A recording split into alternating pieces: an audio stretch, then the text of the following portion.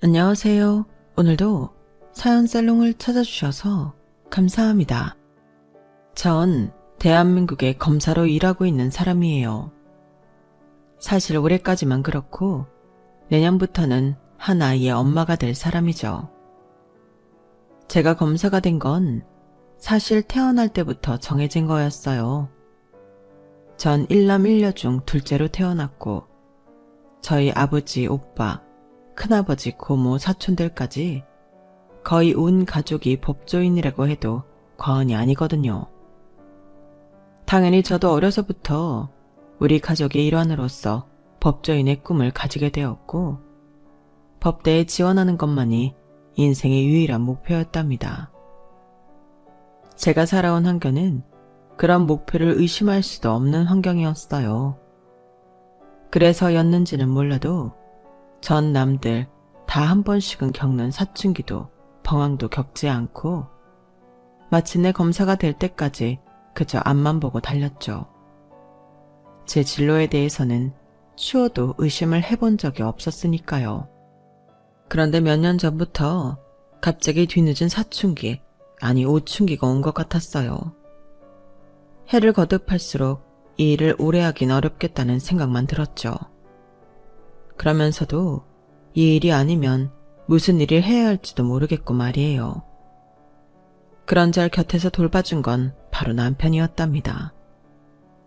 저희 남편은 정말 자상하고 능력도 좋은 사람인데요. 제 이런 고민을 자신의 일처럼 진지하게 들어주었고 제가 어떤 선택을 하든 응원해주겠다며 잠자코 제 선택을 기다려주었어요. 정말 좋은 사람이었죠. 그런데 저는 그 타이밍에 제가 검사가 된 게 신이 주신 기회이자 제 운명이었다는 사실을 깨닫게 된 사건을 만나게 되었어요. 운명적으로 검사로서 할 일이 있었기 때문에 검사가 된 것이었죠. 불과 몇 개월 전 겪었던 그 사건을 지금부터 여러분께 말씀드릴게요. 지금으로부터 약 2년 전 저는 굉장히 큰 사건을 하나 맡게 되었어요. 전직 판사가 수많은 비리를 저지른 데다가 폭력 사건까지 저질렀던 사건이었죠. 현실적으로 전직 판사의 사건은 이래저래 머리가 터지는 일이었기 때문에 당시 저는 매일같이 야근을 할 수밖에 없었어요. 다른 사건도 물론 많았고요. 제가 그렇게 바쁘다 보니 하루는 남편이 야참으로 먹을 만한 음식을 들고 사무실을 방문했습니다. 제가 그렇게까지 바쁜 일이 간혹 한 번씩 있다 보니 남편은 그럴 때마다 저와 사무실 식구들을 위해 음식거리를 사오곤 했어요. 다른 직원들은 야식을 먹으며 한숨 돌리고 저는 남편과 함께 따로 식사를 했는데요. 저희 남편은 사실 성공한 벤처 사업 대표예요. 장애인들을 위한 편의 서비스를 제공하는 사업을 하는 멋있는 사람이죠. 처음 그런 사업 아이디어를 내게 된 것은 사실 남편 본인이 한쪽 눈이 거의 안 보이는 시각 장애인이기 때문이었습니다. 왼쪽 시력의 8, 90%를 잃은 상태로 사실상 왼쪽 눈은 안 보이는 것과 다름이 없어요. 남편은 자기처럼 어려움을 겪는 사람들을 돕기 위해 언제나 일에 열정적이었고 성실하고 똑똑한 사람이었어요. 그리고 그 당시엔 본인도 굉장히 바쁠 시기였는데도 절 챙기러 와주는 자상한 사람이었죠. 당신 많이 피곤하지? 한동안 좀 덜 바쁜 것 같더니 또 무슨 큰 사건이 하나 터졌나 보네. 일이 얼굴 보기 힘들어서야 원. 나보다 당신이 더 피곤하겠지. 당신이야말로 요즘 새벽부터 새벽까지 일하잖아. 나야 대표니까 정 힘들면 마음대로 할 수 있지만 당신은 아니잖아. 대체 무슨 사건이길래 다들 몇 날 며칠 동안 제때 퇴근도 못하는 거야. 내용이야 뻔한데 문제는 기소당한 사람이 전직 판사라 좀 껄끄럽게 됐어.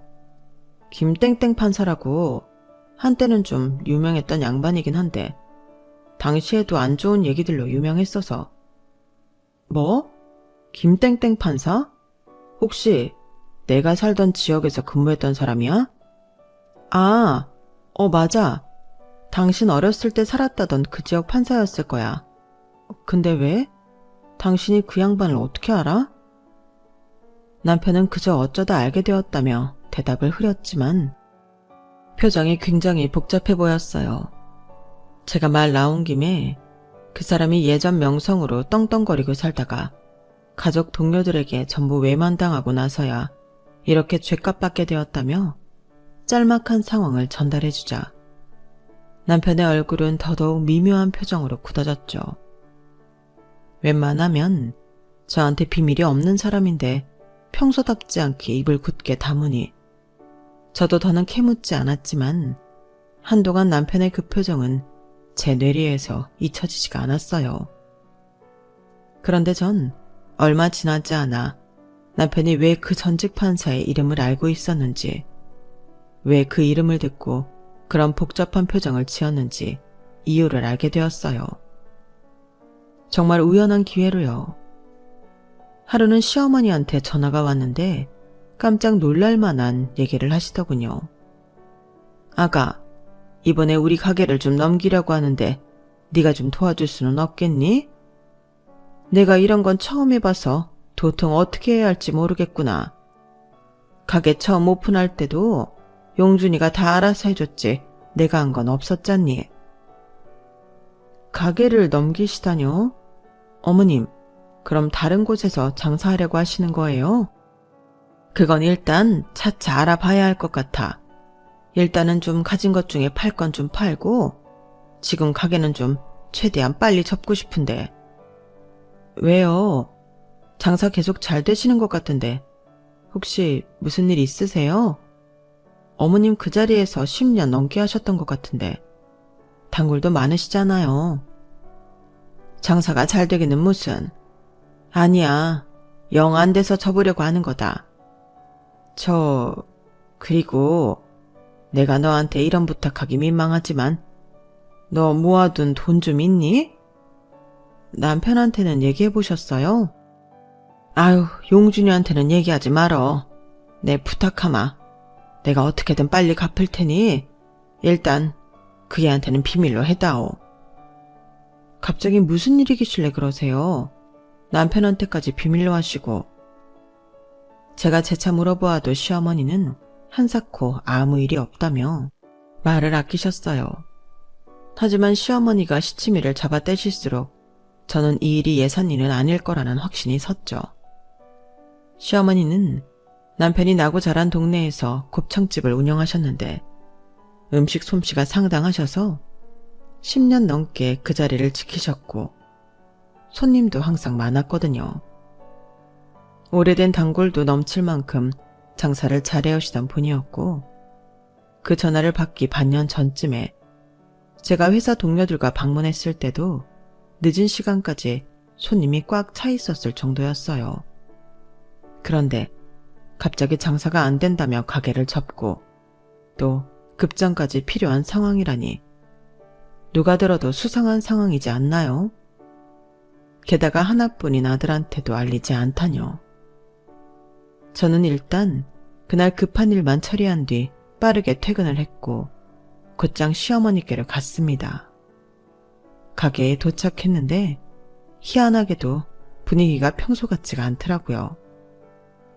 벽쪽 구석에는 소주병인지 사이다병인지 모를 유리병도 깨져 있었고 실내 흡연이 금지된 식당 안에 재떨이가 버젓이 올라와 있고 말이에요. 게다가 손님들을 위해 마련한 커다란 TV에는 화면에 금이가 있었죠. 가게 오픈 시간이 넘었는데도 불도 끄고 문도 열지 않고 있던 시어머니는 절 보고 깜짝 놀라셨어요. 그리고 직접 찾아온 제가 도대체 무슨 일이 벌어진 건지 여쭤보자 시어머니는 그제서야 땅이 꺼져라 한숨을 쉬시고 눈물을 글썽이면서 그간의 일을 털어놓으셨죠. 올 봄쯤 됐을 때부터 가게에 자꾸만 양아치 같은 놈 하나가 들어오더구나. 처음 며칠은 험악한 인상에 머리도 일주일은 안 감은 행색으로 혼자 와서 밥을 먹길래 무슨 노숙자인 줄 알았다. 나중에 얘기를 들어보니 출소한 지 얼마 안 된 범죄자라고 하더라. 무슨 죄를 짓고 거기 들어간지 모르겠다만. 범죄자가 들어왔다고요? 하긴 그땐 전과자 신분이었겠네요. 그런데요? 근데 그놈이 며칠 지나고 난 다음부터는 행색을 갖추고 지 패거리들을 데리고 오는 거야.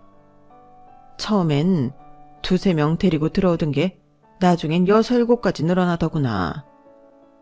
나야 범죄자든 나라님이든 음식만 곱게 먹고 나가면 별 상관없다만 이놈들이 내 가게를 아예 지들 아지트로 삼으니 주변에 있던 손님들도 다 내쫓고 이젠 오래된 단골 손님도 들어오질 않아. 내 지난 몇 달 동안 가게 유지비만큼도 못 벌었다. 세상에, 그럼 오픈 시간부터 와서 새벽까지 있는 거예요? 그동안은 그놈들이 먹는 게 매출의 전부셨어요? 지들 먹은 거 값이라도 제대로 치르면 다행이지. 백날 첫날 냉장고가 지 것들인 것 마냥 술을 괴짝으로 처먹고 돈도 안 내고 가버리니 내가 그동안 수없이 많은 진상 손님들을 봐오고 상대해왔지만 이것들은 정말 안 될 놈들이다. 잘못 건드렸다간 법이고 뭐고 사람 해칠 놈들이야. 그러니 용준이한테는 말하지 말아달라는 게야. 너한테 이런 부탁해서 정말 미안하지만 일단은 최대한 빨리 여길 아예 정리해버리는 게 최선일 것 같구나. 좀 도와다오. 어머님, 그럼 경찰에 먼저 신고하시지 그러셨어요. 며느리가 검사인데 뭐가 무서우시다고요. 당장 금전적인 부분들도 바로 도와드릴 수는 있지만 이것들이 너무 괘씸하잖아요. 아휴, 그러지 말어. 네가 이번에 도와준 금액은 내가 무슨 수를 써서라도 갚을 테니 그냥 넘어가자. 응? 그놈들 딱 봐도 문신의 우락부락한 얼굴에 깡패 그 자체야. 너 가뜩이나 일 때문에 험한 사람들한테 얼굴 낙인 찍혔는데 또 이런 못된 놈들한테 알려지면 어떡하니? 아니에요, 어머님. 앞으로도 이런 일이 벌어지면 제일 먼저 저한테 알리셔야 해요. 남편한테도요. 이렇게 피해가 커지기 전에요. 내가 너희한테 뭐 해준 것도 없고 받은 게 너무 많아서 이런 얘기하기가 참 입이 안 떨어지던구나. 어머니가 섣불리 도움을 요청하지 않고 망설이신 것도 저는 이해가 가는 부분이었어요. 왜냐하면 시어머니는 남편이 아주 어렸을 때부터 홀몸으로 남편을 키우시느라 정말 가난하셨거든요. 마땅한 집도 구하기 어려웠는데 그나마 운 좋게 가까운 보육원에 남편을 맡길 수 있어서 남편과 따로 떨어져 지내셨다고 해요. 당시 시어머니는 밤낮 없이 일하셨기에 남편을 만나러 오는 날이 한 달에 1-2번 정도로 적었다고 하더군요. 그래도 그렇게 20년 가까이 돈을 모아서 남편이 군대 다녀온 뒤로는 2사람이 지낼 수 있는 집을 마련했다고 합니다. 그런 노고를 알기에 남편도 돈을 벌자마자 시어머니에게 가게를 차려드린 거고 시어머니는 그럼에도 못해준 게 많다며 마음을 쓰시는 거였고요. 하지만 그건 그거고 이건 이거지. 시어머니의 마음은 이해해도 전 의견을 굽힐 수 없었죠. 그래서 이런 얘기 다음에도 안 하시면 남편은 더 마음이 안 좋을 거라고 몇 번이나 시어머니께 말씀을 드렸네요. 어쨌든 저는 가게 CCTV 영상부터 USB에 저장했고 시어머니께 제가 도와드릴 테니 경찰에 신고하자고 말씀드렸어요. 차근히 준비해서 신고하면 된다고 불안해하는 시어머니를 몇 번이나 안심시켜드리곤 CCTV 영상이 담긴 USB를 집에 들고 왔죠. 그리고 다음날 마침 오랜만에 일찍 퇴근한 남편에게 자초지종을 설명해 주었어요.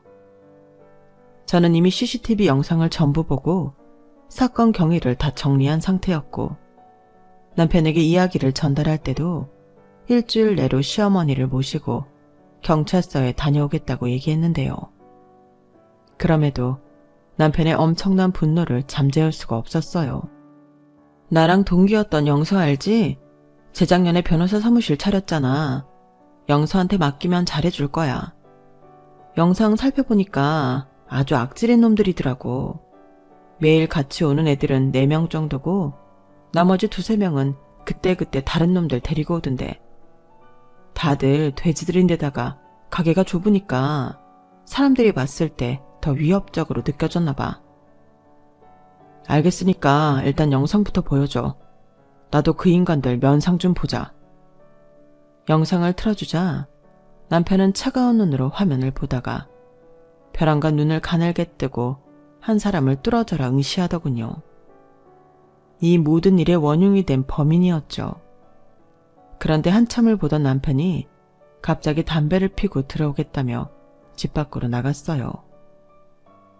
아무래도 저도 검사인지라 눈썰미도 감도 살아있다 보니 남편의 행동이 단순히 시어머니께 일어난 일만으로 화를 내는 것이 아니라는 게 느껴졌어요. 남편은 CCTV 속 그 남자를 알아보는 것 같았죠. 한참 동안 들어오지 않던 남편은 거의 30분이 다 지나서야 들어왔고 전 낮은 목소리로 아는 사람들이냐고 물었습니다. 남편은 말없이 고개를 끄덕였고 무슨 일인지 설명해달라는 제 말에 기나긴 이야기를 들려주었어요. 이야기의 시작은 남편이 막 고등학생이 되던 때였습니다. 남편은 보육원에서 학교를 다니며 항상 어른이 되면 남부럽지 않게 성공하고 싶다는 생각만 하고 살았다고 해요. 그래서 다른 아이들보다 비교도 안 될 만큼 열심히 공부를 했다더라고요. 보육원에서는 만 18세가 되면 무조건 나가야 했기 때문에 재수라는 건 꿈도 못 꿨고 대학을 안 나오고 성공할 방법은 너무 리스크가 컸고 애매하게 공부를 잘했다간 대학 등록금도 못 내는 처지에 놓일 수 있었기에 남편은 걸어다니면서도 영어 단어를 외웠고 밥을 먹으면서도 공식을 암기했다고 해요. 말 그대로 눈 뜨고 잠들 때까지 교과서와 물려받은 문제집에만 코를 박고 있었던 거죠. 덕분에 남편은 중학생 때부터 공부벌레로 유명했고 명성에 걸맞게 전교 1등의 자리를 놓치지 않았다고 합니다. 그런데 그런 남편의 노력이 오히려 독이 되어버린 사건이 터지게 된 것이었죠. 고등학교 1학년 때 한 학생이 학교에 전학을 왔는데 등장부터 아주 유명했다고 해요. 아빠가 판사고 집안이 어마어마하게 잘 산다고 말이죠. 그런데 그 잘난 전학생은 첫 등교를 하자마자 하필이면 같은 반이었던 남편에게 말을 걸어왔다고 합니다. 야, 네가 이 학교 1등이야? 뭐 그런 셈이지. 잘 됐네. 그럼 이 숙제부터 좀 해봐. 뭐? 내가 왜? 이번 학교에서 성적 안 나오면 내가 곤란하거든. 그러니까 네가 좀 해달라고. 나중에 알고 보니 전학생은 이미 다른 학교에서 학교 폭력을 저지르다가 남편이 사는 동네로 온 거였고 말썽을 피울 때마다 집에서 아주 호되게 혼이 났다고 합니다. 그래서 상대적으로 작은 동네인데다 학생들도 순진했던 그곳에서 학생들을 자기 수족처럼 부리기 시작한 거였어요. 전학생은 남편에게 숙제만 시킨 것이 아니라 필기한 노트까지 전부 가져갔고 심지어 시험을 볼 때 컨닝까지 강요했다고 해요. 남편은 당연히 처음엔 거부했죠. 그러나 남편은 거부할 때마다 전학생은 사정없이 폭력을 휘둘렀고 그런 일이 자주 반복되다 보니 보다 못한 남편의 친구가 남편에게 조언을 해주기까지 했대요. 그냥 해달라는 대로 해줘 임마. 네 머리로 전교 2등 한다고 대학 못 가겠냐? 전학생 전교 1등 시켜주고 네가 2등하면 되잖아. 그러면 현수 넌 네가 항상 전교 2등이었잖아. 가지꺼. 나도 3등으로 내려가도 상관없어. 지금 성적이 중요하냐? 네 몸을 좀 봐라. 결국 친구의 설득에 남편은 고분고분하게 전학생의 요구에 따랐고 전학생은 정말로 전교 1등까지 거머쥐게 되었어요. 그런데 당연히 전교 2등쯤 될 줄 알았던 남편의 성적이 전교 꼴등 점수가 나왔다고 합니다. 전 과목이 0점 처리가 된 것이었죠. 남편이 깜짝 놀라 교무실로 가서 따지니 선생은 누군가 남편이 부정행위를 저질렀다고 신고했다면서 처벌을 내리지 않은 걸 다행으로 여기라고 했답니다. 남편은 당연히 거세게 항의를 했죠. 제가 혼자 그런 짓을 저질렀겠어요? 저 하던 대로만 하면 늘 그래왔듯 성적 잘 받을 애인 거 아시잖아요. 김지환 걔가 맨날 때리고 협박해서 그런 거라고요. 그래? 그럼 이따 확인해보마. 선생은 아무렇지도 않게 대꾸하더니 아무런 생각도 없이 종례 시간에 학생들이 다 보는 앞에서 전학생한테 질문을 했다는 거예요. 어이 김지환, 네가 조영준한테 커닝하라고 시켰어? 네? 아니요. 제가 왜요? 들었지? 아니래잖아. 종례 끝이다. 하교해라.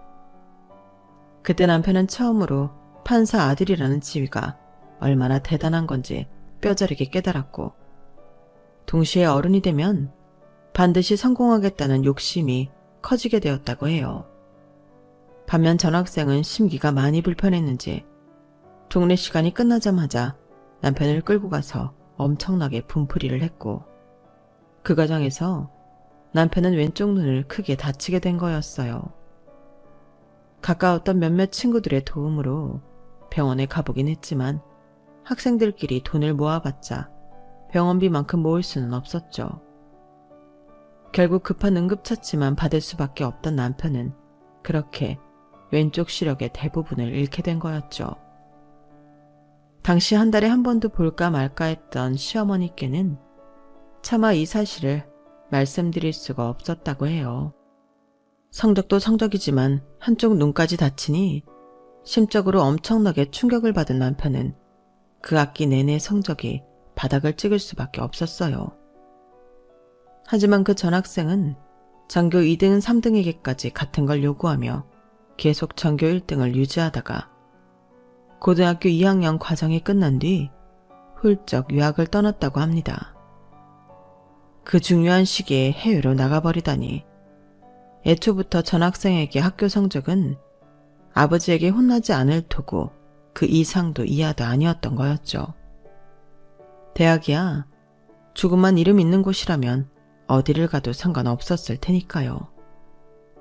반면 그런 쓰레기 같은 인간한테 속수무책으로 당할 수밖에 없었던 남편의 인생은 그야말로 암흑 속에 빠졌다고 해도 과언이 아니었대요.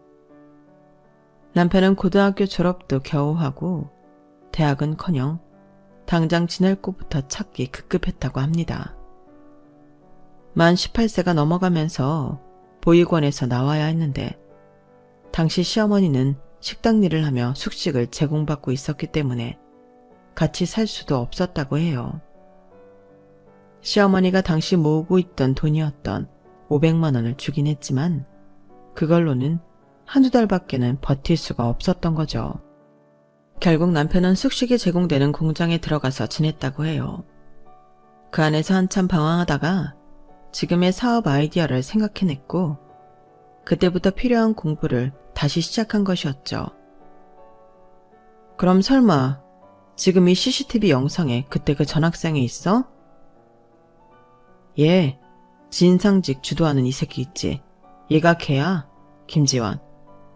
세상에, 아니 그렇게 성적도 챙기고 유학까지 다녀왔으면서 어떻게 전과자 신분이 될 수 있지? 모르지. 근데 걔 아버지도 지금 상황이 안 좋다며.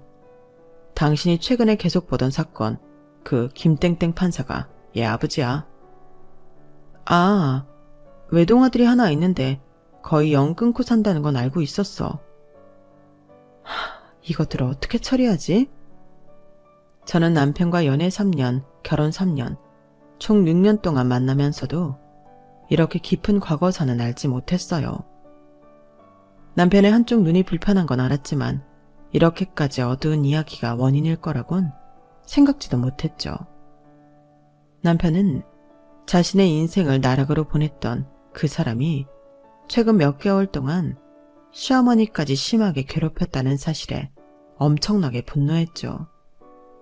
그래서 저에게 경찰서에 본인도 같이 가겠다며 그 인간을 벌줄 수 있는 거라면 뭐든지 하겠다고 했어요. 그 인간뿐만 아니라 CCTV 속에는 남편이 아는 얼굴이 몇 더 있다면서요. 다른 일행들은 학창시절 때부터 동네에서 공부는 안 하고 놀기만 하던 애들이었는데 힘이 센 전학생이 온 뒤로 전학생 옆에 찰싹부터 부하 노릇을 자처했었다고 해요. 물론 저도 이 일로 엄청나게 화가 난 건 사실이었어요. 그 범죄자 놈이 사실상 제 가족 전부를 건드린 거나 다름이 없었으니까요. 가뜩이나 그 인간의 아버지 문제로도 골머리를 앓고 있었고 같은 법조인으로서 가만두면 안 되겠다는 생각을 하고 있던 때였기도 했고요. 그런데 하루 이틀 지나며 감정이 가라앉고 머리가 차가워지자 오히려 제가 검사라서 그 인간의 아버지 사건을 담당하고 있어서 다행이라는 생각이 들었어요. 그리고 원래 계획대로 시어머니 가게에서 벌인 일로만 죄를 물을 수 없다는 생각이 들었죠.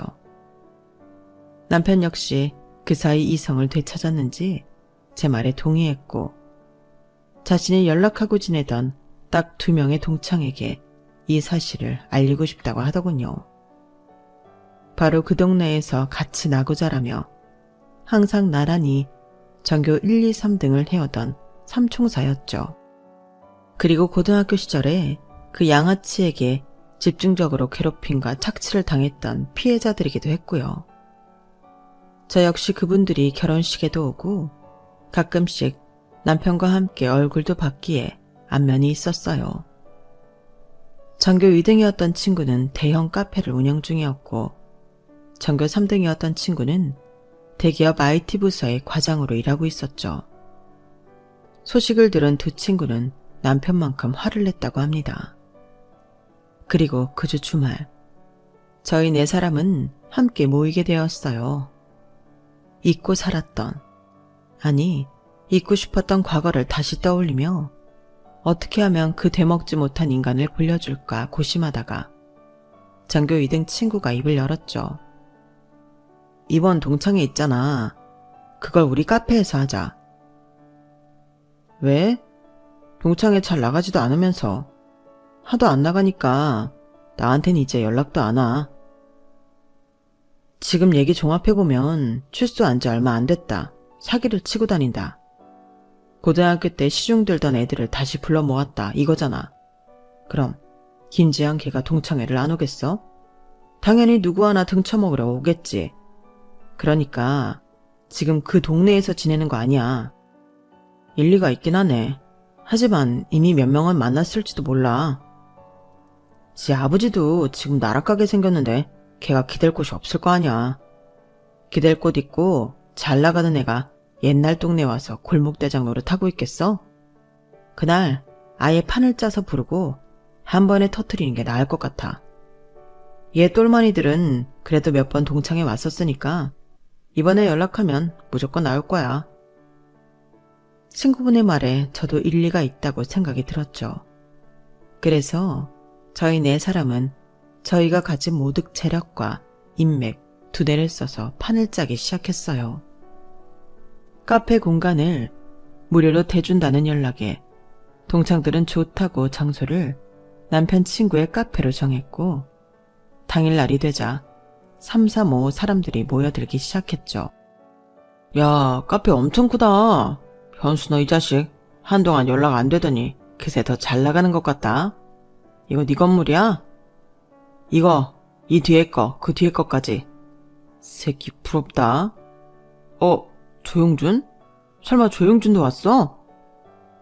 저는 일하는 사람인 척 카페 앞치마를 두르고 커피 머신이 있는 쪽에서 모든 상황을 지켜보고 있었어요.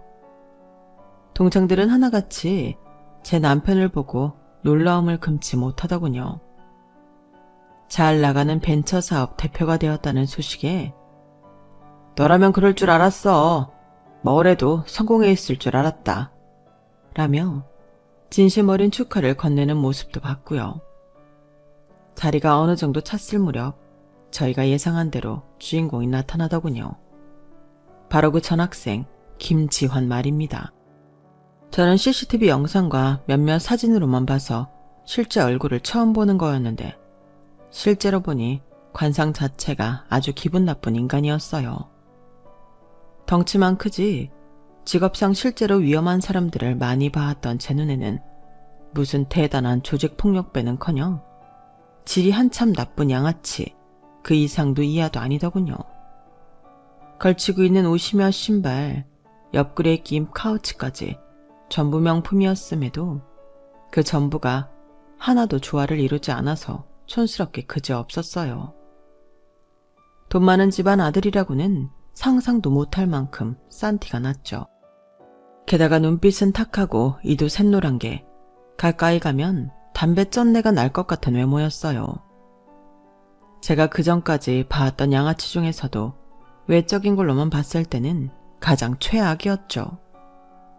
그 양아치 놈은 카페 안으로 들어오자마자 껄렁거리며 자기 부하 노릇을 하는 3명의 다른 남자들과 지들끼리만 아는 농담을 주고받으며 킬킬거렸습니다.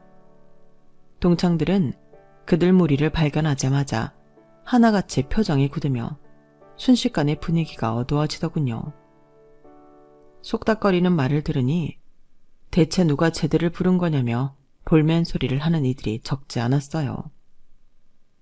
김지아는 들어오자마자 제일 안쪽 테이블에 있던 남편과 두 친구들에게 다가왔습니다. 그러더니 전교 2등한테 바로 말을 걸더군요. 어이 현수, 오랜만이다. 너 성공했구나. 여기 장소 네가 제공했다며. 여기 네 카페야? 내 카페니까 불렀지. 그럼. 근데 왜 이렇게 친한 척을 해? 우리가 이렇게 반갑게 인사할 사이는 아니지 않냐? 하, 20년 만에 만난 동창한테 말하는 싸가지가 그게 뭐냐? 어? 들어오면서 건물 보니까 돈 어마어마하게 많이 들었을 것 같은데 너 돈 엄청 벌었구나? 그래서 이렇게 겁대가리를 상실한 거면 뭐 내가 좀 봐주지. 네가 뭐 전교 2등이었나 3등이었나 하지 않았나? 아, 짱구가 좋으니까 확실히 돈을 잘 버네. 근데 카페 앞에 저 차는 뭐냐? 설마 저거 파란 거 네 차냐? 그래, 내 차 맞아. 그게 뭐? 아, 야, 돈도 많이 버는 새끼가? 아유, 국산차가 뭐냐 국산차가. 사장이요? 사회적 위치에 딱 맞는 차를 타야지. 안 그래? 내가 어떻게 외제차로 한 대 기깔나게 뽑아줘? 안 그래도 지금 너한테 딱 어울릴 만한 차가 있긴 한데. 근데 이 새끼가 아까부터 사람이 말하는데 무슨 매너가 있다고야. 말하는 사람 쳐다도 안 보고 이젠 대꾸도 안 하네. 노골적으로 본인을 무시하자 갑자기 김지아는 곁에 있던 빈 의자를 걷어차고 일어나더군요. 그제까지 숨겨두고 있던 양아치 본색을 드러내려고 한순간이었죠. 그럼에도 전교 2등은 눈썹만 치켜 올릴 뿐 아무런 요동도 하지 않았고 그때 저희 남편이 끼어들어 아른체를 했어요.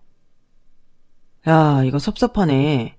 김지환 너는 현수만 기억하고 왜 나는 기억 못하냐? 나랑의 인연이 훨씬 더 깊고 복잡하지 않았냐? 너야말로 나는 본체도 안 하네. 그제서야 김지환은 같은 테이블에 앉아있던 나머지 두 사람을 바라봤어요. 그중 남편을 보고는 한참을 눈을 가늘게 뜨다가 데리고 들어왔던 똘마니 중 하나가 아, 조영준! 이라고 한마디 외치자 그제야 생각이 난 듯 아, 고아! 라고 하더군요. 저는 그 순간에 하마터면 참지 못하고 몸을 숨기고 있던 카운터 밖으로 나올 뻔했어요.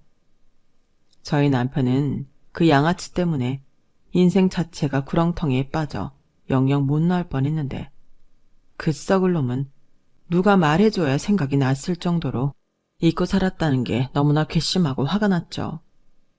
남편과 친구들 역시 표정이 무섭게 굳어졌어요. 그 양아치 놈은 그러거나 말거나 아주 배를 잡고 깔깔대며 웃더군요. 아니 이게 누구냐? 전교 꼴등 아니야? 야, 너도 뭐 나이 먹고 오히려 훤칠해졌다. 완전 못 알아볼 뻔했네. 전에는 비리비리했던 놈이. 너도 못 알아보겠는데 뭘. 옛날에는 그래도 부잣집 도련님 느낌이 나긴 하더만 지금은 전혀 그런 티는 안 난다야. 원래 너희 집 잘 살지 않았었냐? 남편의 빈정거림을 한 번에 알아들은 그 양아치 놈은 표정이 곧바로 험악해지더군요. 다른 동창들은 남편과 그 양아치가 말싸움이 붙자 모두 숨을 죽이고 이쪽 테이블만 바라보고 있었어요. 넓은 카페 안 전체에 긴장감이 돌았죠. 그놈은 시어머니 가게에서처럼 진상을 피우는 게 목적이 아니었던 건지 남편을 한참 노려보다가 억지로 표정을 풀고 성질을 죽이더군요. 놈의 목적은 동창들을 상대로 폭력을 휘두르는 것이 아니라 사기를 쳐서 최대한 큰 돈을 뺏는 것인 듯 했어요. 새끼 많이 컸네. 옛날에는 피죽도 못 얻어먹고 다니는 고아였던 것 같은데. 대가리 좀 컸다고 이렇게 말대꾸를 다 하네. 하긴 옛날에도 너는 고분고분한 맛은 없었지. 근데 왜 갑자기 시비를 걸어오고 지랄이야. 왜? 너도 차 좋은 거 한 대 뽑고 싶어서 그러냐? 근데 고아 주제에 네가 좋은 차 뽑을 능력은 되고? 주제에 난 돈 안 되는 것들은 취급 안 하는데. 내가 왜 고아야. 난 우리 어머니 모시면서 잘만 살고 있어. 네가 고등학교 때 날 그렇게 짓밟았어도 다 이겨내고 번듯하게 가족들 책임지며 살고 있다고. 너야말로 평생 부모 덕 볼 줄만 아는 놈이 양심이 있으면 어르신 공경이라도 해야 하는 거 아니야? 준이네 곱창. 거기 사장님이 너한테 뭔 잘못을 했다고 장사도 못하게 진상을 피냐고. 뭐? 준이네 곱창? 갑자기 그 얘기가 왜 나와? 네가 그걸 어떻게? 그 가게가 바로 우리 어머니가 하는 가게다.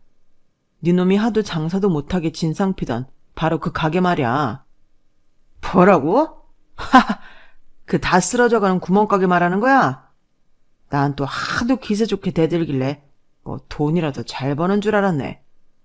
공부도 전교 꼴등에 인생도 그냥 밑바닥이었잖아. 근데 뭘 믿고 나한테 대들어? 어? 이 새끼가 옛날처럼 또 맞아볼래?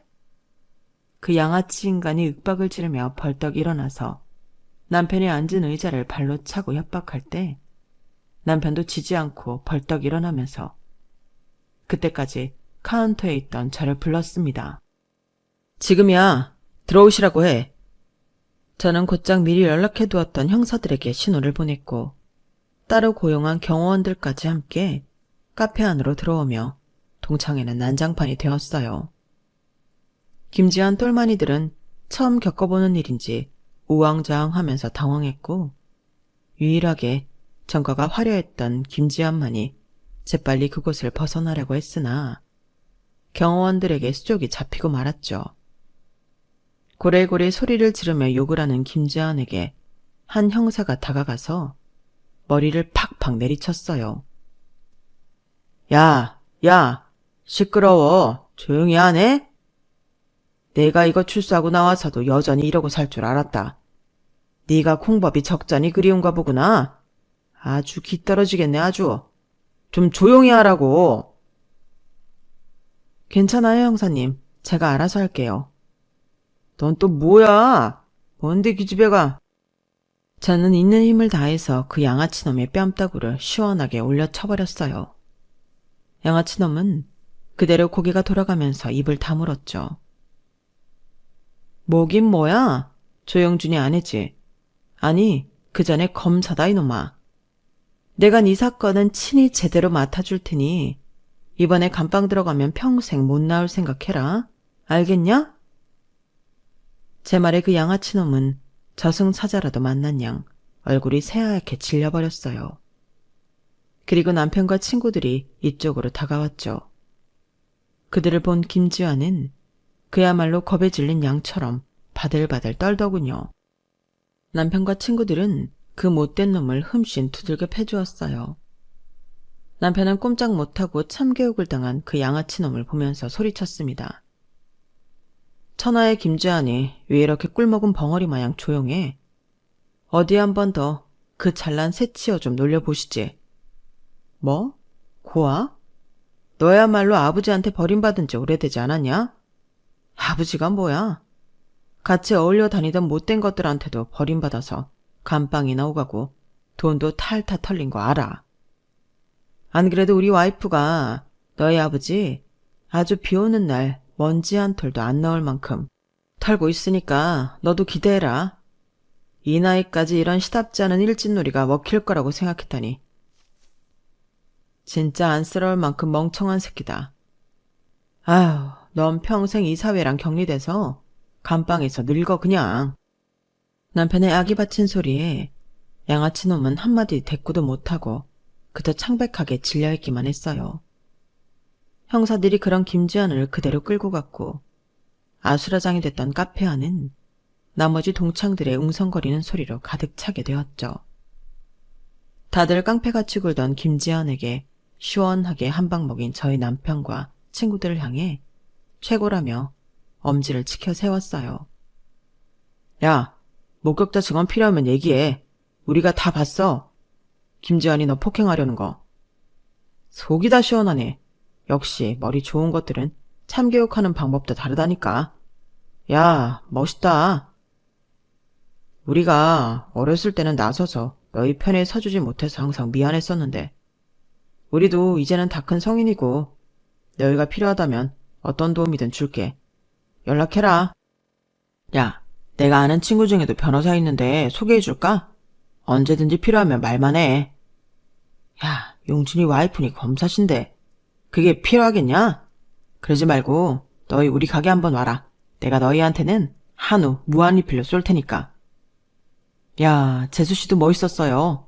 너무요. 동창들의 칭찬이 커질수록 한순간에 낙동강 오리알 신세가 되어 남아있던 김지환의 부하 3명은 어쩔 줄 몰라 하고 있었죠. 그리고 환호와 열기가 가라앉자 그런 그들에게 수십 개의 시선이 향하게 되었어요. 사실 그 안에 있던 모두가 학창시절 그 패거리에게 당했던 피해자였던 것이었죠. 그리고 살기 어린 동창들의 눈빛을 느꼈는지 뒷걸음치려던 새 일당은 아직 남아있던 저희 경호원들에게 붙들려 도망치지도 못하는 신세가 되었어요.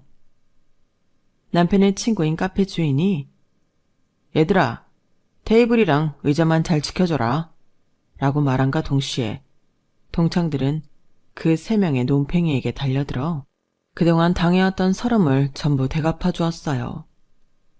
남편이 그래도 친구들이 힘이 없어서 그렇지 많이 챙겨주려 했다는 말을 들을 때마다 콧방귀만 꼈었는데 말이에요. 어쨌든 그렇게 나쁜 놈들은 본인들의 죗값을 톡톡히 치렀고 남편의 동창들은 전보다 더 끈끈하게 우정을 공유하게 되었어요. 정말로 동창분 가게에서 한우를 얻어먹었을 정도로요. 동창의 날이 오기 전까지 남편의 친구들과 제가 열심히 모았던 김재환의 출소 이후 각종 폭력, 사기, 절도 행각들의 증거는 하나도 빠짐없이 법적인 처벌 대상이 되었고 이미 징역 전과만 4건이 있었던 김지아는 어마어마한 징역형을 받고 또다시 감방으로 들어가게 되었어요. 게다가 아들의 이러한 범죄 행각들의 증거를 없애려고 더한 짓들을 해왔던 아버지 김땡땡도 그 죗값을 톡톡히 치르게 되었답니다. 누가 부자지간 아니랄까봐 둘이서 아주 생양아치 같은 범죄만 저지르고 다녔더군요. 그리고 저는 몇 개월에 걸쳐 모든 사건을 제대로 마무리한 뒤 그제서야 사직서를 제출했어요. 그 못돼 처먹은 김씨 부자에게 콩밥을 먹인 것이 검사로서 제 사명의 끝이라는 생각이 들었거든요. 저는 그 이후 간혹 자문을 구하러 오는 후배들을 만나는 것 외에는 집에서 쉬면서 살림을 보고 있었어요. 아, 그리고 시어머니가 큰 금액의 피해 보상금을 받고 좀 더 넓은 가게를 차리게 되셔서 새 곱창집 일도 자주 도와드리고 있고요. 시어머니는 과거 남편이 학교 폭력을 심하게 당한 줄 까맣게 모르고 계셨다가 그때의 일로 알게 되시면서 얼마나 많이 가슴 아파하셨는지 모릅니다.